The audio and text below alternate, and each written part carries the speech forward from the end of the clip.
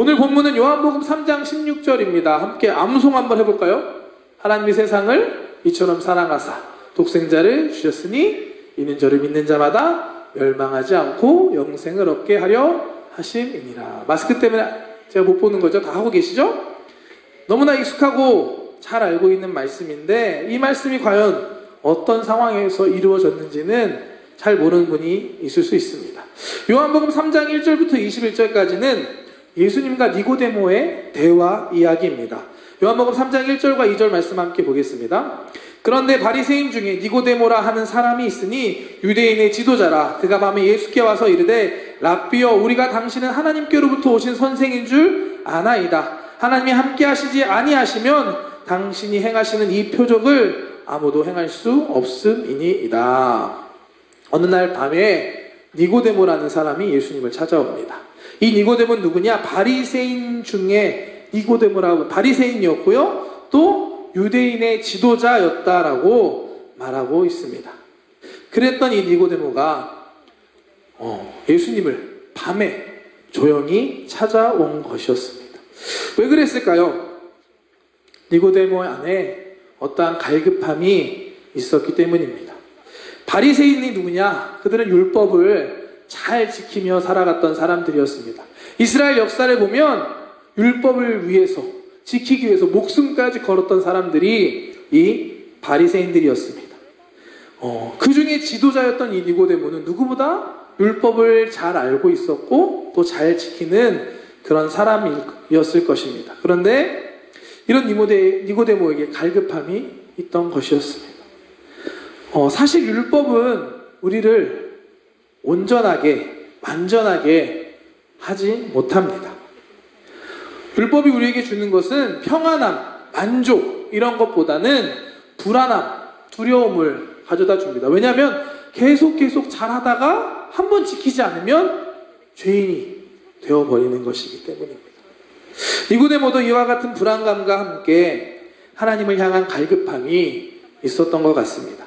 2절 말씀 보면 니고데모가 예수님을 찾아온 이유가 예수님께서 하나님께로부터 온 선생님이기 때문에 라고 고백하고 있습니다. 니고데모는 예수님을 통해 하나님을 만나기 원했던 거예요. 그래서 밤에 예수님을 찾아왔습니다. 이런 니고데모의 마음과 상태를 알고 계셨던 예수님은 니고데모에게 이렇게 말씀하십니다. 3절 말씀에 예수께서 대답하여 이르시되 진실로 진실로 내게 이르노니 사람이 거듭나지 아니하면 하나님의 나라를 볼 수 없느니라. 하나님의 나라를 볼 수 없다. 하나님을 만날 수 없다. 어쩌면 거듭나지 않으면. 하나님을 만나기 위해서는 거듭나야 한다라는 사실을 예수님께서는 가르쳐 주셨습니다. 근데 니고데모는 예수님의 말씀을 잘 이해하지 못합니다. 그래서 이렇게 얘기합니다. 4절 말씀에 니고데모가 이르되 사람이 늙으면 어떻게 다시 날 수 있습니까? 두 번째 모태에 들어갔다가 날 수 있사옵나이까? 니고데모는 예수님의 다시 태어난다는 말씀을 육체적으로 해서 이해했습니다. 아기가 태어나는 것처럼 다시 엄마 뱃속에 들어갔다 나오는 것으로 거듭난다는 걸 이해했습니다. 하지만 예수님께서 거듭난다는 말씀은 육의 이야기가 아니라 영적인 이야기였습니다. 영적으로 다시 태어나는 새로운 진대로 거듭나는 것을 말씀해 주신 것이었습니다. 5절과 7절 말씀 볼게요. 예수께서 대답하시되 진실로 진실로 내게 이르노니 사람이 물과 성령으로 나지 아니하면 하나님의 나라에 들어갈 수 없느니라. 육으로 난 것은 육이요 영으로 난 것은 영이니 내가 내게 거듭나야 하겠다는 말을 놀랍게 여기지 말라. 육으로 난 것은 육이요 영으로 난 것은 영이다. 내가 지금 말하는 건 육의 이야기가 아니라 영적인 이야기를 하고 있다. 예수님께서 설명해 주십니다. 그럼에도 니고데모는 잘 이해를 못해요. 9절 말씀에 니고데모가 이렇게 질문합니다. 니고데모가 대답하여 이르되 어찌 그러한 일이 있을 수 있나이까? 예수님께서는 이 니고데모를 답답해 하시면서 그래도 계속해서 거듭나는 방법에 대해서 설명해 주십니다. 10절 말씀 보겠습니다. 예수께서 그에게 대답하여 이르시되 너는 이스라엘의 선생으로서 이러한 것들을 알지 못하느냐? 14절 16절 말씀 보겠습니다. 모세가 광야에서 뱀을 든 것 같이 인자도 들려야 하리니 이는 그를 믿는 자마다 영생을 얻게 하려 하심이니라. 하나님이 세상을 이처럼 사랑하사 독생자를 주셨으니 이는 그를 믿는 자마다 멸망하지 않고 영생을 얻게 하려 하심이니라. 오늘 본문 말씀이 이렇게 나오게 됩니다. 예수님께서 요한복음 3장 16절 말씀을 주신 이유는 니고데모에게 다시 태어나는 것, 거듭나는 것, 영적으로 새로운 존재가 되는 것에 대해서 설명해 주시기 위해서였습니다. 예수님께서는 니고데모에게 영적으로 거듭나는 방법을 다른 것이 아니라 하나님이 보내신 예수님을 믿음으로 가능하다라고 말합니다.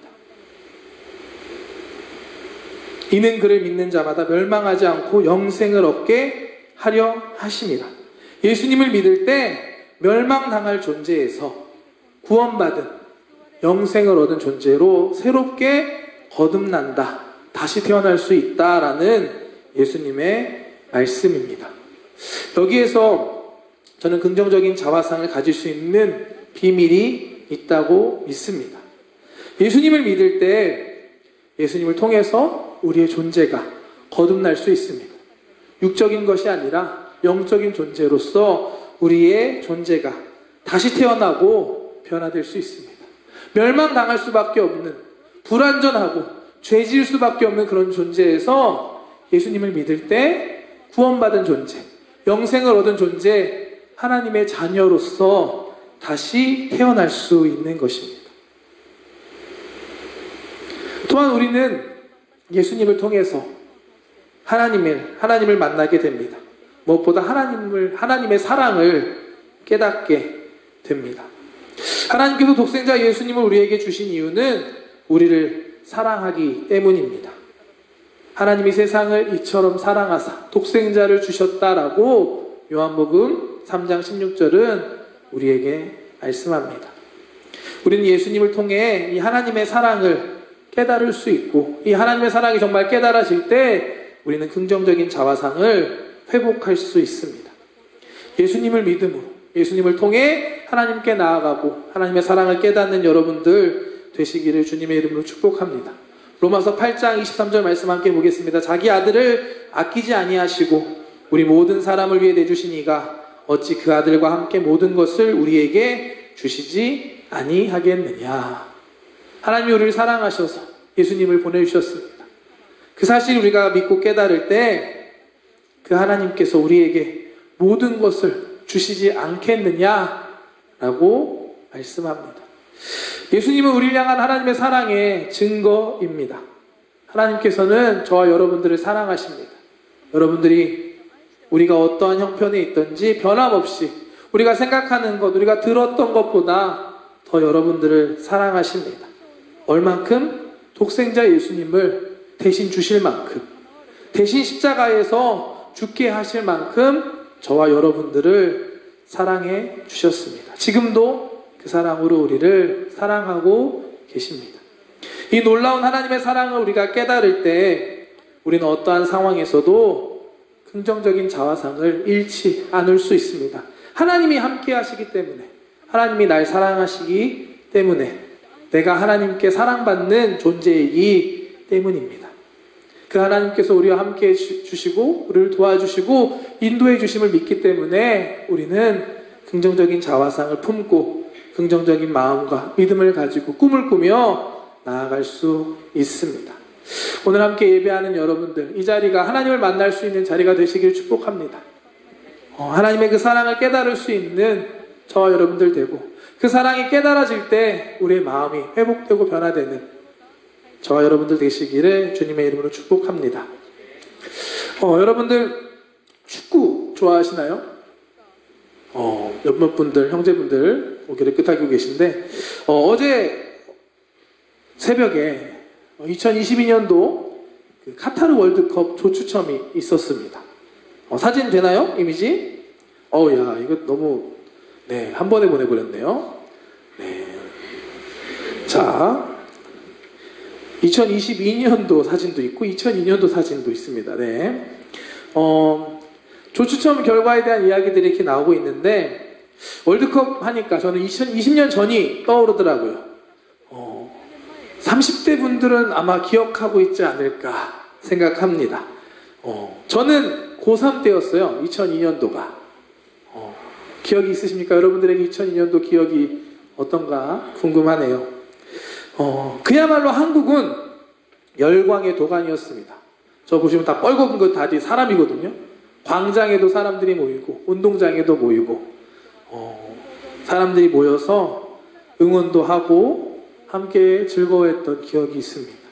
그럴만했던 게 사실 한국은 월드컵에서 그 전까지 한 번도 이기지 못했던 나라였습니다. 5번, 6번 월드컵 참여했지만 한 번도, 한 경기도 이기지 못했던 나라였는데 우리나라에서 월드컵을 하면서 이기기 시작하고 16강, 8강, 4강 그것도 포르투갈도 이기고 이탈리아도 이기고 스페인과 같은 강한 나라들을 이기면서 이렇게 하나 한 걸음 나가니까 사람들이 점점 한 경기 한 경기 할 때마다 흥분하고 이렇게 응원했던 기억이 있습니다. 정말 그 전에 그런 일이 없었던 것 같아요. 한국 살아가면서 정말 그때 처음으로 그런 축제 같은 그런 것들을 경험했던 기억입니다. 저는 이것이 한국에 있어서 단지 축구 얘기만 아니었다라는 생각을 합니다. 그 월드컵 2002년도의 그 기억이 한국 사람들, 일본 친구들한테 미안합니다. 한국 사람들의 마음속에 우리도 할 수 있다, 해보자, 꿈은 이루어진다, 이러한 자극을 주지 않았나 저는 생각합니다. 이러한 자신감, 이러한 마음을 갖게 해준 경험이 2002년 월드컵이었다라고 생각합니다. 그래서 저는 제가 느끼기에는 2002년도 이후에 한국이 많이 변화되기 시작했습니다. 20년이 지났잖아요. 요즘에 보면 K-팝, K-한류 드라마 이런 것들이 정말 전 세계에서 인기를 얻고 인정받고 있는 것의 시작이, 이런 변화가 시작된 게 2002년이지 않을까 저는 생각합니다. 어떻게 이런 것들이 가능했을까요? 할 수 있어, 우리도 해보자 라는 마음이 바뀌었을 때 이렇게 이런 변화들이 이루어졌습니다. 여러분, 마음이 정말로 중요합니다. 여러분들 지금 마음 어떠십니까? 해보자, 할 수 있어, 이런 긍정적인 마음을 갖고 계신가요? 새학기가 시작됐죠? 이제 대면으로 수업을 한다고 제가 들었는데 다시 한번 공부해보자, 이런 마음이신가요? 여러분들에게 긍정적인 자화상과 꿈을 품을 수 있는 마음들이 회복되시기를 주님의 이름으로 축복합니다. 우리가 긍정적인 자화상을 가지고 살 수 있는 이유는 하나님께서 우리를 사랑해 주시기 때문입니다. 하나님께서 우리를 사랑하신다는 이 놀라운 사실이 우리에게 세상 그 어떤 것도 줄 수 없는 긍정적인 자화상을 갖게 해주고 우리의 자존감을 높게 해줍니다. 긍정적인 자화상을 갖고 하나님의 꿈을 꾸며 나아갈 수 있는 우리 귀한 청년들 되시기를 주님의 이름으로 축복합니다.